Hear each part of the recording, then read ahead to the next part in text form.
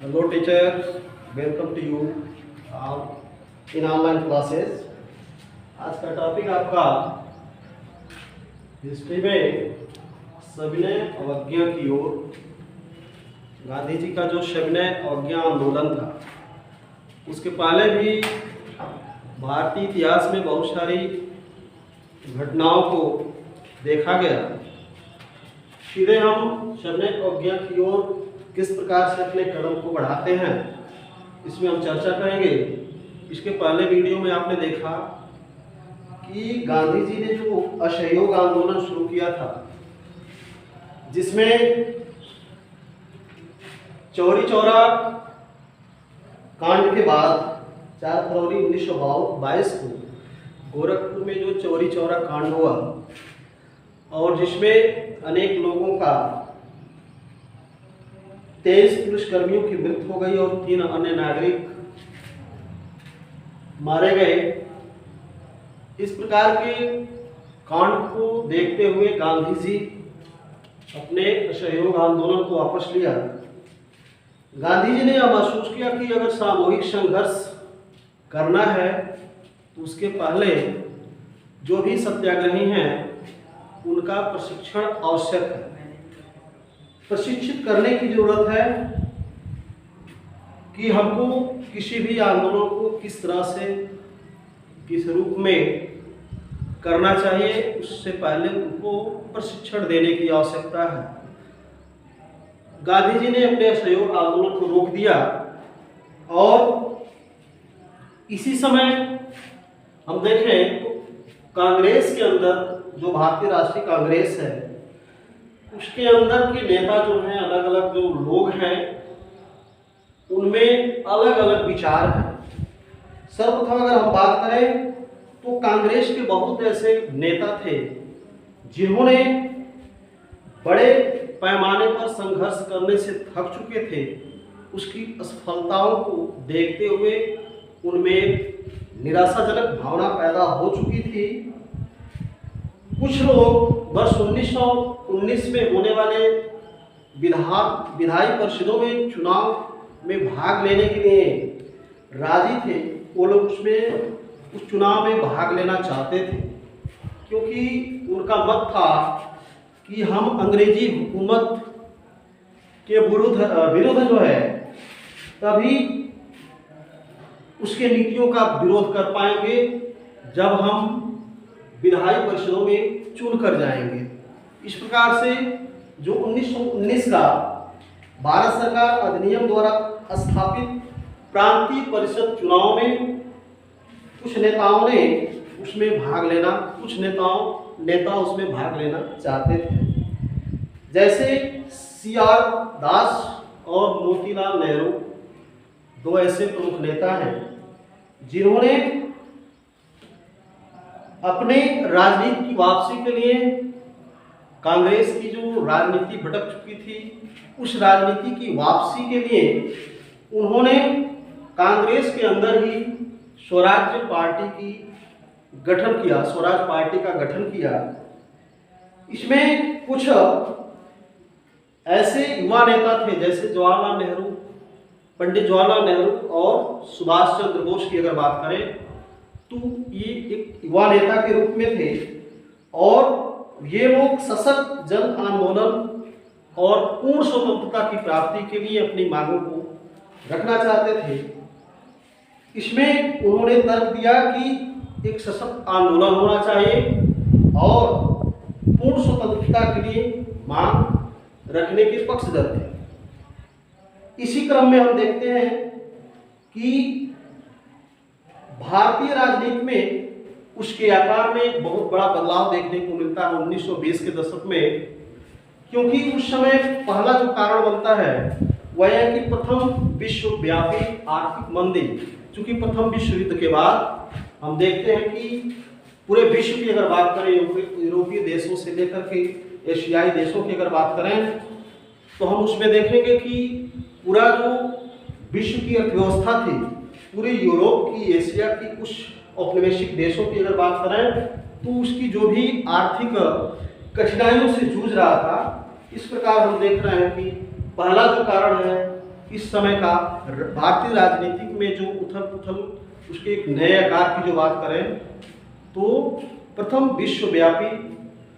आर्थिक मंदी का प्रभाव भारतीय राजनीति पर देखने को मिला,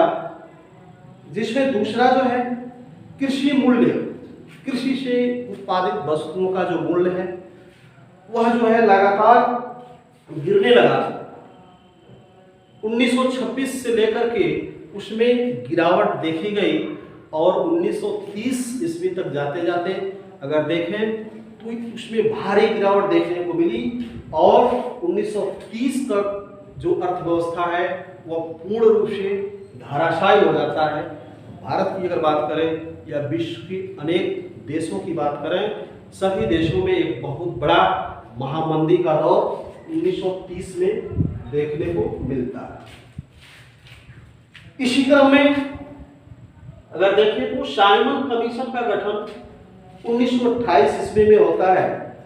जिसका गठन जो है जॉन साइमन के माध्यम से वर्ष 1928 में जब साइमन कमीशन भारत आता है, जिसका प्रमुख उद्देश्य क्या है कि भारत की संवैधानिक व्यवस्था के कार्यों की समीक्षा करना और उसके विषय में सुझाव देना। अगर हम साइमन कमीशन के उद्देश्य की बात करें तो 1928 के पहले जो भी घटनाएं हम भारत के संघर्ष में देखते हैं, स्वतंत्रता संघर्ष में हम देखते हैं, तो साइमन कमीशन का जो गठन होता है 1928 में, उसका जो उद्देश्य है कि भारत में जो संवैधानिक व्यवस्था में उथल पुथल हो रहा है उसके कार्यों की समीक्षा करना था और उसके विषय में जो है सुझाव देना था।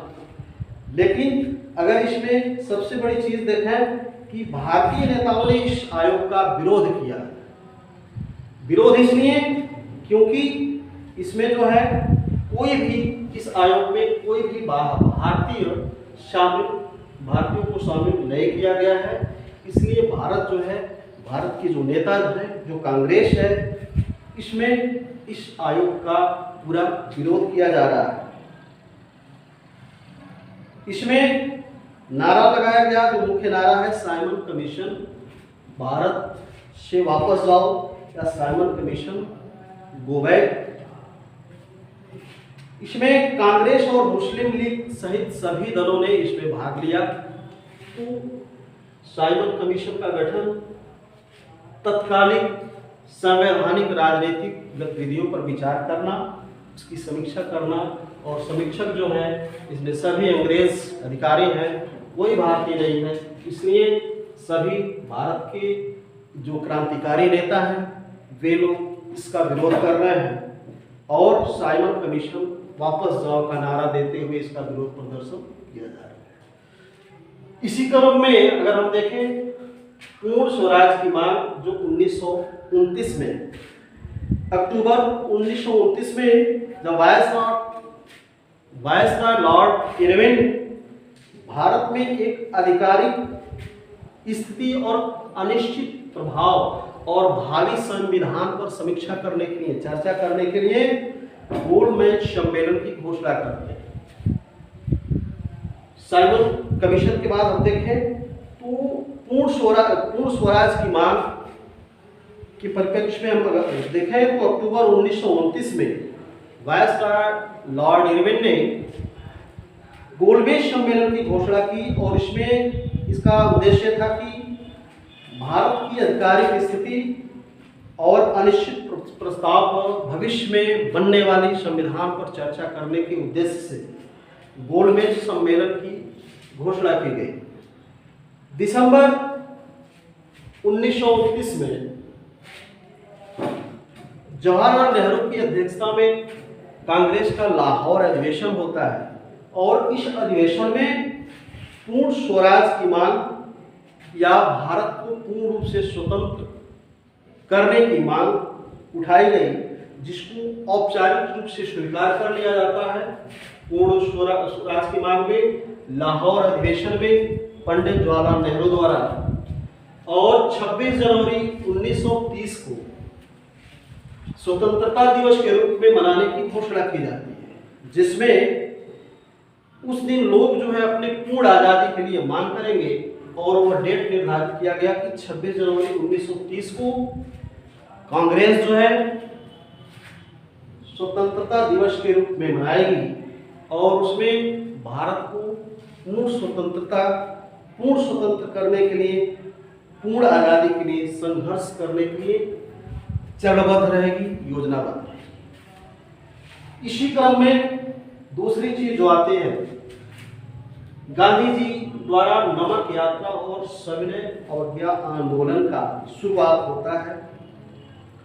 क्योंकि महात्मा गांधी को यह आभास है कि उन्होंने विचार किया कि नमक जो है एक बहुत ही शक्तिशाली प्रतीक है, जनता को एक सूत्र में बांधने का इससे अच्छा शीर्षक, इससे अच्छा टाइटल नहीं मिल सकता। तो गांधी जी ने नमक का सहारा लिया, जिसमें उनका मानना था कि राष्ट्रीय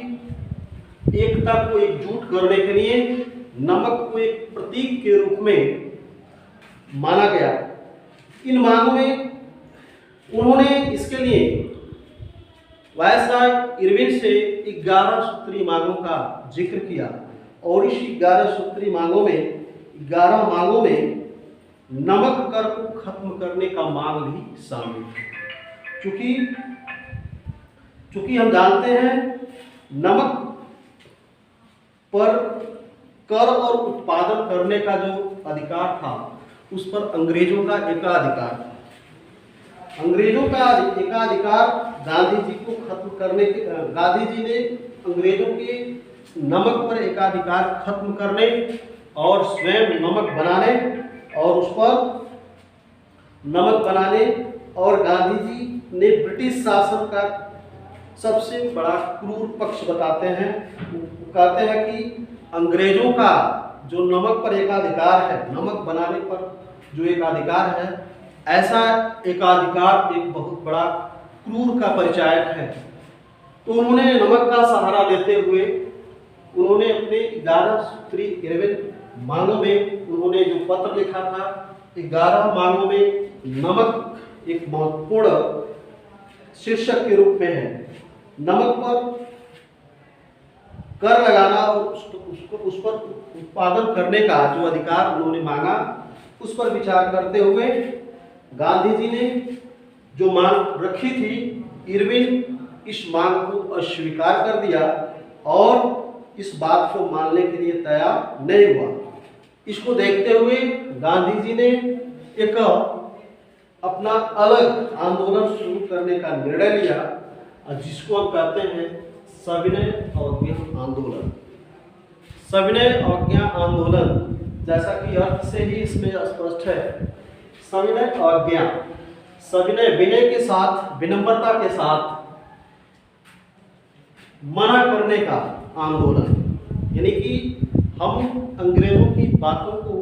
अवहेलना करते हैं, उनकी मांग को अवहेलना करते हैं, उनके आदेशों को अवहेलना करते हैं और किस तरह से सविनय के साथ, विनय के साथ, विनम्रता के साथ। गांधी जी ने 12 मार्च 1930 को 78 अनुयायियों के साथ गुजरात प्रांत के साबरमती आश्रम से जो तटीय शहर दांडी है उसकी यात्रा उन्होंने किया। उनके साथ बहुत सारे लोग शामिल थे, उस यात्रा में बहुत सारे अनुयायी शामिल थे, जिसमें महिलाएं, पुरुष, बच्चे। इसमें साबरमती आश्रम से उन्होंने यात्रा शुरू की और 6 अप्रैल 1930 को दांडी पहुंचकर उन्होंने समुद्र के पानी को उबालकर नमक बनाने का काम किया और यह आंदोलन अंग्रेजों को इस प्रकार सविनय आंदोलन की शुरुआत की गई। इस प्रकार नमक बना करके गांधी जी ने अंग्रेजों के कुछ कानून के विरुद्ध में प्रदर्शन किया, जिसमें यह था कि नमक बनाने पर अंग्रेजों का ही एकाधिकार स्थापित था। तो उस एकाधिकार के विरुद्ध में नमक बना करके गांधी जी ने विरोध प्रदर्शन कायम किया, विरोध प्रदर्शन को चालू किया। इस आंदोलन के अंतर्गत अन्य चीजें भी थी।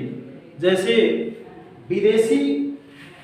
कपड़ों का बहिष्कार किया गया, शराब की दुकानें बंद की गई,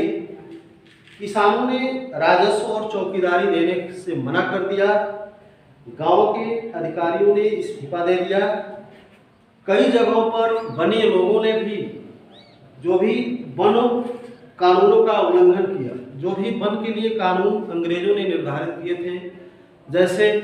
कुछ ऐसे क्षेत्र निर्धारित किए थे जिसमें ग्रामीण गांववासी जो थे वह जंगल में प्रवेश करने से उनको वंचित किया गया था, लकड़ी बीनने या अन्य आर्थिक क्रिया करने से उनको रोका गया था। तो ऐसे नियमों का उल्लंघन कई जगहों पर वन्य लोगों या वनवासियों ने करना शुरू कर दिया। इस आंदोलन से परेशान होकर औपनिवेशिक सरकार अर्थात अंग्रेजों ने इस आंदोलन का दमन करना शुरू कर दिया और अनेक कांग्रेसी नेताओं को जगह जगह गिरफ्तार करना शुरू कर दिया। ऐसे में इस आंदोलन के तहत जो भी क्रियाएं होती थी, सत्याग्रहियों ने हमला करना शुरू कर दिया। इसके बाद से जो भी सरकार के जो भी सैनिक होते थे वे लोग सत्याग्रहियों पर हमला करना शुरू कर दिया, महिलाओं और बच्चों को पीटना शुरू कर दिया। इसमें करीब 1 लाख लोगों को गिरफ्तार कर दिया गया। इनके जो प्रमुख नेता थे जिनका नाम अब्दुल गफ्फार खान को वर्ष 1930 में गिरफ्तार कर दिया गया। इसके बाद से इस क्रम में इस गिरफ्तारी को देखते हुए शहर में चारों तरफ हिंसक घटनाओं की सूचना मिलने लगी और इस तरह से हिंसक घटनाओं को देखते हुए गांधी जी ने अपने आंदोलन को एक बार पुनः वापस लेने का फैसला लिया और 5 मार्च 1931 को इरविन के साथ एक समझौते पर हस्ताक्षर किए। तात्पर्य है कि इन हिंसक कार्रवाइयों को देखते हुए गांधी जी ने अपना सविनय अवज्ञा आंदोलन को भी बंद करने का फैसला लिया और इरविन के साथ एक समझौता 5 मार्च 1931 को उन्होंने किया। इसके बाद से दिसंबर 1931 तक जाते जाते गांधी जी ने दूसरे गोलमेज सम्मेलन में जाने के लिए राजी हो गए और इस सम्मेलन में उनको विशेष कोई लाभ नहीं हुआ, उनको लंदन से वापस आना पड़ा। इस बीच गांधी जी जब लंदन से भारत वापस आए तो उस समय उन्होंने देखा कि अब्दुल गफ्फार खान और जवाहरलाल नेहरू उस समय जेल में है, इसलिए महात्मा गांधी को सविनय अवज्ञा शुरू करने का पुनः विचार आया और उन्होंने 1 वर्ष तक यानी 1934 तक उन्होंने पुनः जो है सविनय अवज्ञा आंदोलन का शुरुआत कर दिया 1931 से और उसके बाद से उन्होंने उनकी जो ये सविनय अवज्ञा आंदोलन है वह 1934 ईस्वी तक जाते जाते इसमें कुछ इसकी रफ्तार जो है धीमा पड़ गया। इस प्रकार से हम सविनय अवज्ञा आंदोलन को 2 क्रमों में देखते हैं। सविनय अवज्ञा आंदोलन की कुछ अन्य सीमाएं भी हैं जिसमें मुख्य रूप से अगर देखें तो एक ऐसा सामाजिक समूह है जिसको गांधी जी का जो आंदोलन है, स्वराज की जो अवधारणा है, वह कुछ एक विशेष सामूहिक संवर्ग है जिसको प्रभावित नहीं किया, जिसमें सबसे प्रमुख नाम है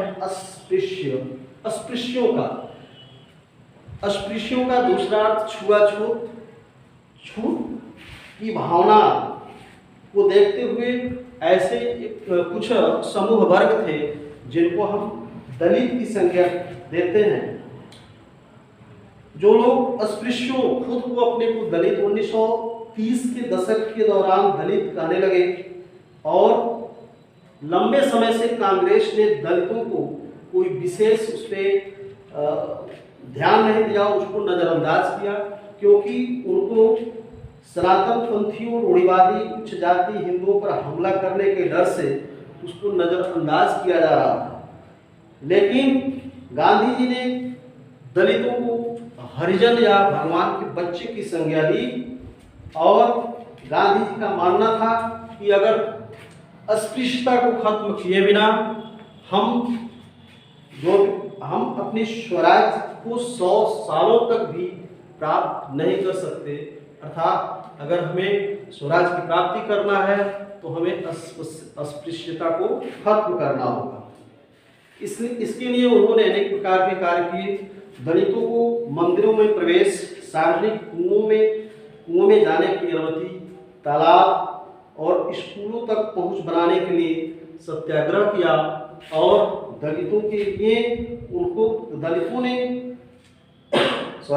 गांधी जी ने उनके कामों को सम्मानित करने के लिए, उनके कार्यों को सम्मानित करने के लिए, प्रोत्साहन करने के लिए स्वयं शौचालय साफ करने का भी काम किया, एक सिंबल के रूप में दिखाने का काम किया। और इससे उनका मकसद यही था कि अछूतों के लिए, जो मनुष्य के मस्तिष्क में जो भी विचार है, जो भी मानसिकता है, उसको बदलने का आग्रह था कि ऐसे में